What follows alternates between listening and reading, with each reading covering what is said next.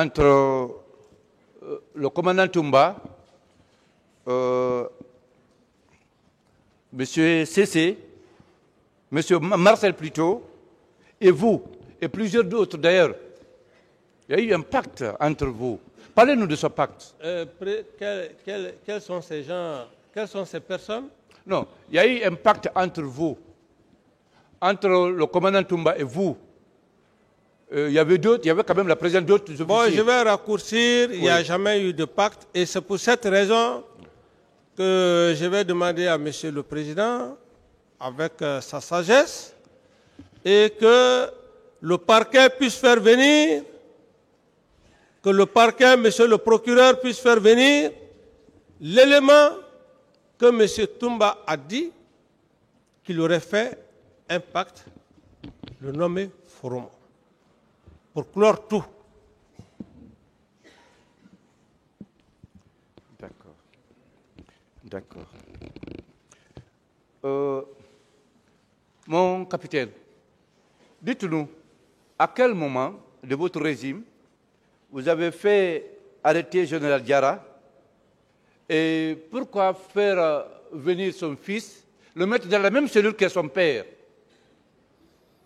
Bon, maître, est-ce que vous pouvez en venir au fait maintenant? Tout est lié, monsieur le Président. Il était dans les préparatifs en ce moment. Monsieur le Président, permettez-moi, je vais lui répondre. Bon, par rapport à ça, oui, ce sont des instrumentalisations. Le général Diarra, oui, je suis une personne qui ne ment pas. Avant, quand je suis revenu de l'Allemagne, j'étais dans la même cour à Koléa avec sa tante. Son fils actuel, le colonel Amara, il était au Britannique militaire. Donc cette familiarité a été une bonne cohésion de vie. Et quand j'ai pris le pouvoir, le général Diarra, il est encore là, mais quand j'ai pris le pouvoir, le général Diarra était chef d'état-major général des armées. Et c'était d'ailleurs tous les généraux. Il y a encore un des derniers dinosaures, le chef d'état-major, l'ex-chef d'état-major, le ministre Ibrahima Diallo, au camp Alpha Yaya. C'est le général Diarra qui a pris la parole. D'accord. Patienté qui a pris la parole et il s'adressait en ce moment-là au général Toto. Quand j'ai vu que ça n'y allait pas, le général Kandé, le général Sampil, eux tous étaient devant moi. Paix à l'âme du général Chérif, eux tous ils étaient devant moi. J'ai eu la sagesse. J'ai dit, c'est vous qui avez fait de nous ce que nous sommes. Le ministre, le chef d'état-major Ibrahima Diallo, il est encore vivant. Et le général Baldé il est encore vivant, ils sont vivants. C'est en ce moment qu'ils ont rejoint leur domicile. Et pour la petite histoire, lorsque les gens disent que je ne sais, je n'ai peur de rien, je crois à mon destin. Par rapport à l'arrestation que vous parlez, personne ne peut vous dire que le capitaine Dadis m'a arrêté. Personne. D'autres questions? Bien, mon capitaine. Et deuxièmement, c'est bon, M. Camara, c'est bon. Précision. Ensuite. M. Camara, c'est bon. C'est bon. Vous avez dit que vous n'avez ordonné l'arrestation de personne. D'autres questions? Merci, Monsieur le Président. Mon capitaine, dites-nous, comment vous avez connu le commandant Toumba? Le commandant Toumba, Diakité. Mais j'ai été clair au départ ici, j'ai dit je l'ai connu par le biais de son maître, Claude Pivy. C'est vous qui êtes allé vers lui ou bien c'est lui qui est venu vers vous? C'est Claude Pivy qui est venu vers moi pour me le recommander.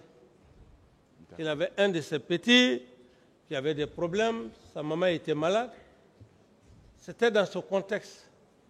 Bien. Est-ce que vous vous rappelez du nom de cette personne qui, pendant que vous étiez dans la salle où le général Toto avait déjà pris les leviers de la commande, la personne qui est venue briser la porte entrée, est-ce que vous connaissez cette personne? Reprenez la question. Quand vous étiez tous assis au moment de la prise du pouvoir au Kangal Fayaya, le général Toto était là. Colonel Thiegoro assurait le secrétariat.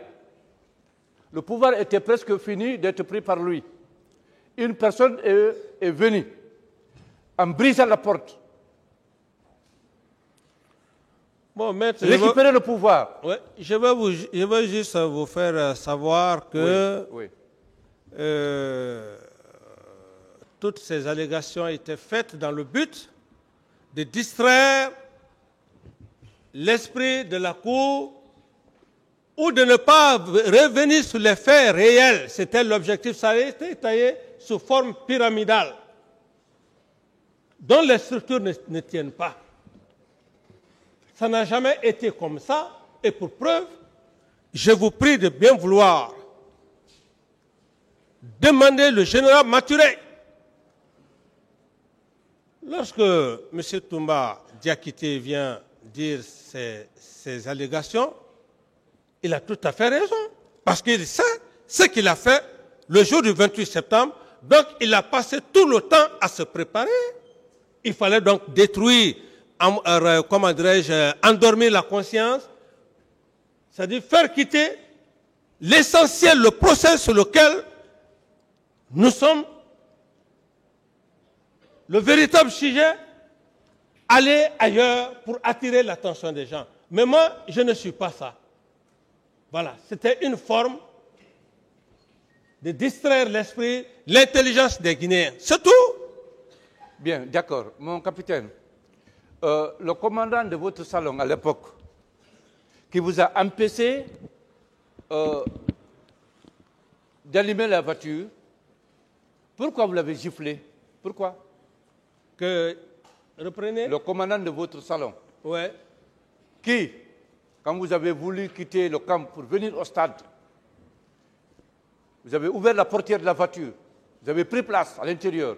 Lui, il est venu récupérer la clé de la voiture. Vous lui avez donné une paire de gifles, n'est-ce pas? Ce sont des allégations, maître. Vous savez, le problème c'est quoi, maître? Vous savez, lorsque quelqu'un a fait un acte, il sait qu'il est plongé là-dedans. Je veux toujours parler de M. Toumba, et je réitère, M. Toumba, s'il a la possibilité encore de dire autre chose plus grave que ça, il va le dire. Quelqu'un que tu as voulu tuer, tu n'as pas pu. Il est devant toi. Quelle est maintenant l'allégation que tu peux dire? Non, quand même, c'est un peu ça. Il est dans ses raisons. Hein. Moi, je lui donne les raisons. Parce qu'il ne pouvait jamais imaginer que je pouvais être en face devant lui. Donc, toutes ces allégations qu'il dit, c'est juste... il a ses raisons. Mais, puisque nous sommes devant un tribunal criminel, c'est au tribunal criminel... Voilà, je vais venir à... Il me reste quelques questions. D'accord, maître. On va parler de Koundara. Non, c'est Koundara. Ah si, vous en avez parlé.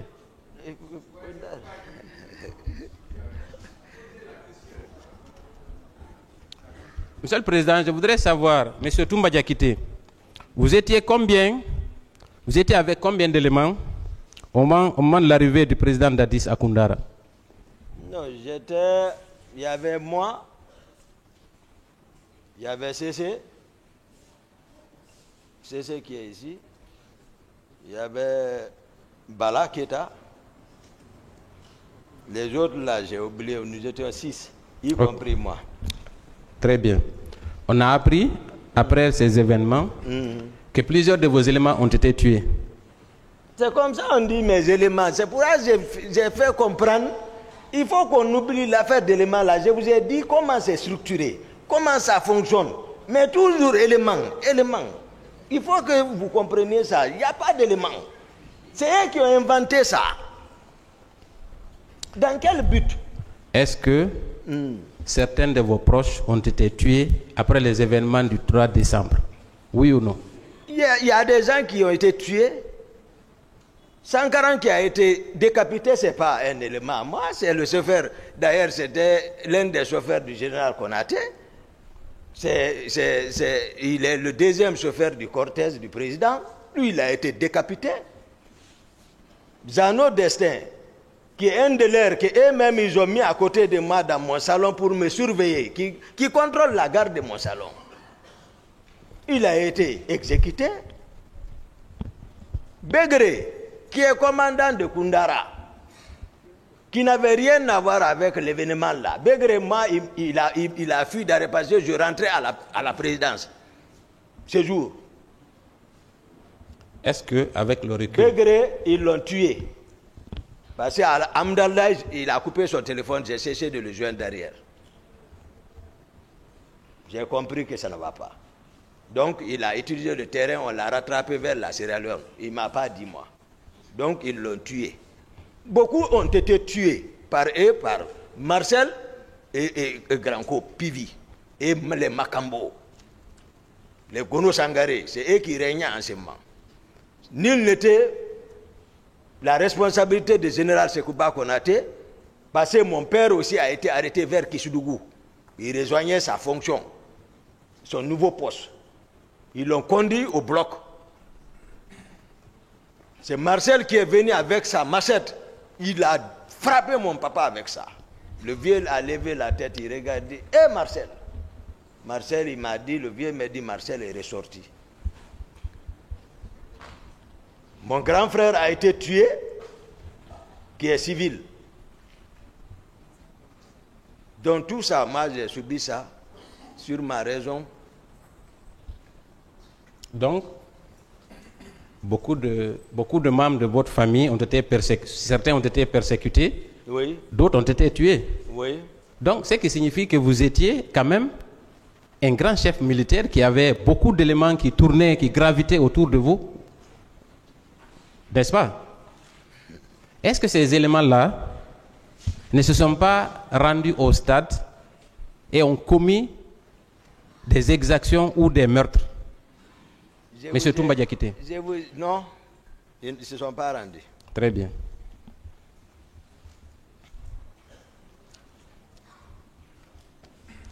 Est-ce que Monsieur Toumba Diakité, pour finir, Merci.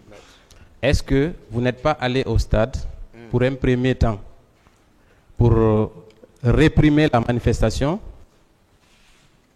Quand les choses ont dérapé, vous avez cherché un alibi pour vous en sortir? Non, maître. Monsieur le Président, je vais m'arrêter là et passer la parole à mes autres confrères qui vont certainement continuer l'interrogatoire, puisqu'il est important de dépasser le cap de l'émotion pour rechercher la vérité. Je vous remercie.